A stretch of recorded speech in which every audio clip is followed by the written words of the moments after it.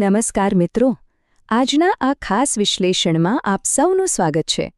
આજે આપણે જુલાઈ 1971ના અખંડ જ્યોતિ અંકના આધારે એક બહુ જ રસપ્રદ સફર પર જવાના છીએ. આપણે જોઈશું કે કેવી રીતે માણસ પોતાના અહંકારના અંધકારમાંથી બહાર આવીને દૈવી સંકલ્પના પ્રકાશ તરફ આગળ વધી શકે છે. આ પ્રાચીન સાહિત્યના પાનાઓમાં છુપાયેલું જ્ઞાન આજે પણ એટલું જ પ્રસ્તુત છે. તો ચાલો આમાં ઊંડાણપૂર્વક ઉતરીએ અને સમજીએ કે આ ગ્રંથો આપણને શું શીખવે છે. હવે આગળ વધતા પહેલાં જ એક બહુ મોટો અને સીધો સવાલ ઊભો થાય છે. ક્યારે વિચાર્યું છે કે જ્યારે આપણો આ માનવીય અહંકાર સીધો દૈવી ઈચ્છા સાથે ટકરાય ત્યારે શું થાય છે? આ કોઈ નાની વાત નથી. આજના આપણા મૂળ સ્ત્રોતનો આ એકદમ કેન્દ્રીય વિષય છે. અહંકાર જ્યારે કાબુ બહાર જાય ને ત્યારે તે હંમેશા વિનાશક સાબિત થાય છે. આ પ્રશ્ન આપણને એ વિચારવા મજબૂર કરે છે કે આપણી અંદર ચાલતા આ યુદ્ધનું અંતિમ પરિણામ શું હોઈ શકે. તો આ અંધકારમાંથી બહાર આવવાનો રસ્તો શું છે? આપણી સામે જે આ ઝળહળતો દીપક છે તે વિચાર ક્રાંતિ મશાલનું એક બહુ સુંદર પ્રતીક છે. આજના આ વિશ્લેષણનો મુખ્ય હેતુ જે છે કે આ સાહિત્યના માધ્યમથી અજ્ઞાનતાના અંધકારને દૂર કરવો, ભૌતિકવાદની આ અંધાધૂંધ દોડમાંથી બહાર આવીને આધ્યાત્મિક જાગૃતિ તરફનો આપણો માર્ગ કેવો હોવો જોઈએ તે આ દીપકના પ્રકાશની જેમ એકદમ સ્પષ્ટ છે. આધ્યાત્મિક સાહિત્ય અને પુસ્તકોના ખજાના વચ્ચે એક બહુ જ ગહેન વાક્ય રહેલું છે, અહંકાર કી અસુરતા પર દેવત્વ કી વિજય.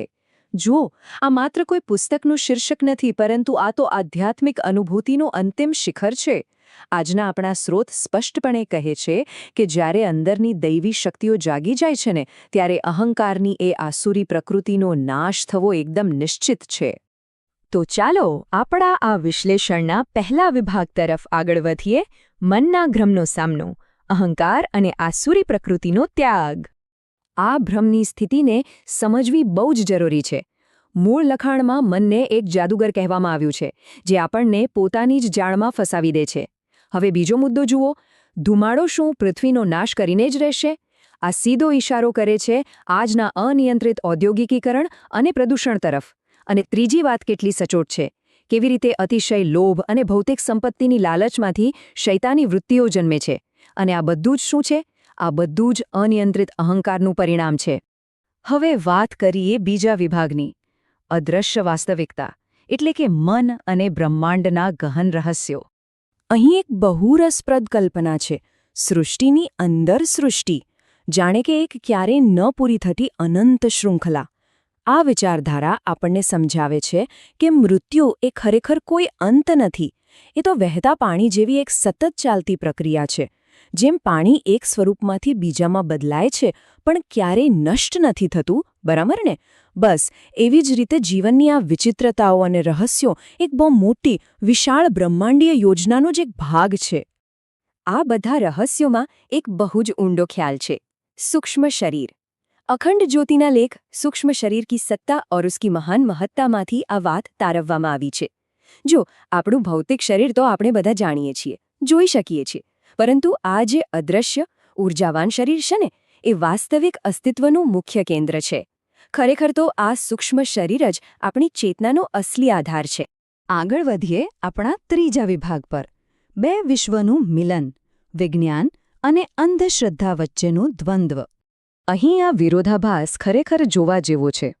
ક્યારેક એવું બને છે કે વિજ્ઞાન પણ જડ બની જાય છે અને એક પ્રકારની અંધશ્રદ્ધા બની જાય છે, ખાસ કરીને જ્યારે તે માત્ર ને માત્ર ભૌતિકવાદ પૂરતું જ સીમિત રહી જાય. અને એની બરાબર સામે જે વાતોને આજનો આધુનિક સમાજ અંધશ્રદ્ધા માનીને ફગાવી દેતો હતો, તેમાંથી જ ઘણા આધ્યાત્મિક સત્યો આજે વૈજ્ઞાનિક રીતે સાબિત થઈ રહ્યા છે. એટલે જ આ બંને બાજુઓને એકદમ ખુલ્લા મનથી સમજવી બહુ જરૂરી છે. અને આ બધી જ ચર્ચા પરથી એક બહુ જ મહત્વપૂર્ણ સવાલ ઊભો થાય છે, એક વધુ વિકાસવાદ શું સત્ય પણ અદૃશ્ય છે? આપણે ડાર્વિનનો શારીરિક ઉત્ક્રાંતિવાદ તો ભણ્યા જ છીએ, રાઈટ? પણ આ લેખ એક તટસ્થ પ્રશ્ન કરે છે કે શું માનવીય ચેતનાને આકાર આપતું કોઈ અદૃશ્ય ઉત્ક્રાંતિબળ પણ કામ કરી રહ્યું છે ખરું? શારીરિક વિકાસ તો થયો, પણ શું આ આંતરિક વિકાસ એટલો જ મહત્વનો નથી? હવે જોઈએ ચોથો વિભાગ, આપણો આંતરિક સંઘર્ષ, શરીરની તરસ અને આત્માનો અભ્યાસ. આપણી અંદર ચાલતી આ બે અલગ અલગ અવસ્થાઓ વચ્ચેનો તફાવત એકદમ સ્પષ્ટ છે. એક તરફ છે શરીરની તરસ, એટલે કે આપણી ભૌતિક અને ક્ષણિક ઈચ્છાઓ જે ક્યારે સંતોષાતી જ નથી. એક પૂરી થાય એટલે બીજી જાગે. અને બીજી બાજુ છે આત્માનો અભ્યાસ, જે શાશ્વત છે અને જેમાં આધ્યાત્મિક શિસ્તની જરૂર પડે છે. મૂળ સ્રોત બહુ સરસ રીતે સમજાવે છે કે જ્યાં સુધી આપણે માત્ર શરીરની તરસ છીપાવવામાં જ અટવાયેલા રહીશું, ત્યાં સુધી આત્માની સાચી પ્રગતિ ક્યારે શક્ય નથી. તો ચાલો આ વિચારધારાને થોડી તાર્કિક રીતે સમજીએ. સ્વાર્થ હંમેશા અહંકારથી જન્મે છે અને તે આપણા આધ્યાત્મિક વિકાસને ત્યાં જ રોકી દે છે. જ્યારે પરમાર્થ એ આત્માનો અવાજ છે, જે આપણી ચેતનાનો વિસ્તાર કરે છે. અહીં સ્ત્રોતમાં એક નૈતિક પરિવર્તનનો પણ ઉલ્લેખ છે. શાકાહાર બન્યો માંસાહાર, જેને લેખમાં પવિત્રતાના પતન તરીકે મૂલવવામાં આવ્યું છે. આ આપણને દર્શાવે છે કે આપણા નાના લાગતા નિર્ણયો કે આદતો પણ આપણી ચેતના પર કેટલી મોટી અસર પાડે છે. આથી જ આ સંદેશ આપણા સૌ માટે ખૂબ જ નિર્ણાયક બની જાય છે. ચેતના ઊર્ધ્વગામી બને, જડ નહીં. વિચાર કરો, જેમ દીપકની જ્યોત હંમેશા ઉપર તરફ જ ગતિ કરે છે ને, બરાબર એવી જ રીતે આપણી ચેતનાએ પણ આ ભૌતિકતાની જડતા છોડીને ઊંચા આદર્શો તરફ સતત આગળ વધવું જોઈએ. ખરેખર તો આ જ વિચાર ક્રાંતિનો મૂળ પાયો છે. અને હવે આપણો અંતિમ 5મો વિભાગ, શિખર સુધી પહોંચવું, શુભ સંકલ્પ અને દેવત્વ. આ જે 3 પગલાં છે ને, તે આપણી આધ્યાત્મિક સફરનો આખો નકશો છે. સૌથી પહેલું, આ ભૌતિક અસ્તિત્વને સમજવું, એટલે કે શરીરને 7 લોકની એક સુંદર નગરી સમાન માનવું. બીજું, આપણે હમણાં જ વાત કરી તેમ ચેતનાને સતત ઉન્નત કરવી. અને ત્રીજું તથા અંતિમ પગલું છે સર્વશક્તિમાન પરમેશ્વર અને તેનું સાનિધ્ય પ્રાપ્ત કરવું. આ 3 પગલાં જ આપણને એક સામાન્ય માનવીય સ્થિતિમાંથી દૈવી અસ્તિત્વ તરફ દોરી જાય છે.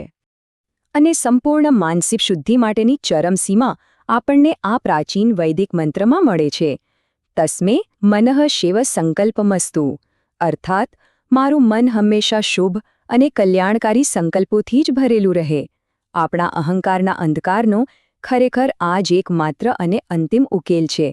કારણ કે જ્યારે મનમાં માત્ર શુભ સંકલ્પો જ હોય, ત્યારે ત્યાં અહંકાર માટે કોઈ જગ્યા જ ક્યાં બચે છે? આપણે અત્યાર સુધી જે પણ વ્યક્તિગત અને દાર્શનિક વિચારોની ચર્ચા કરી, તે બધું જ શાંતિકુંજના આ એક વિશાળ ઉદ્દેશ્યમાં આવીને ભળી જાય છે. યુગ નિર્માણ યોજના. આ કોઈ નાની વાત નથી. આ એક એવું આંદોલન છે જે વ્યક્તિગત દેવત્વને ઉપાડીને સીધું સામાજિક સ્તર પર લઈ જાય છે. ભારતીય સંસ્કૃતિના પ્રકાશમાં સમગ્ર યુગના નવનિર્માણની આ એક ભવ્ય કલ્પના છે. હવે આપણે આજના આ ગહન વિશ્લેષણના અંતિમ પડાવ પર છીએ. આ શાંત સૂર્યોદય જેવો જ એક ઊંડો પ્રશ્ન અહીં પૂછવામાં આવ્યો છે. જીવનનો કંઈક ઉદ્દેશ્ય પણ તો હોય? જુલાઈ 1971ની આ અખંડ જ્યોતિ માત્ર આપણને માહિતી આપીને અટકતી નથી, તે આપણને અંદરથી જગાડે છે. આ સવાલ આપણને અહંકારના અંધકારમાંથી બહાર આવી જીવનના વાસ્તવિક અને દૈવી ઉદ્દેશ્યને શોધવા માટે પ્રેરે છે. આજના આ વિશ્લેષણમાં જોડાવા બદલ આપ સૌનો ખૂબ ખૂબ આભાર. જતા જતા આ પ્રશ્ન પર અંતર્મુખ થઈને ચોક્કસ વિચાર કરજો.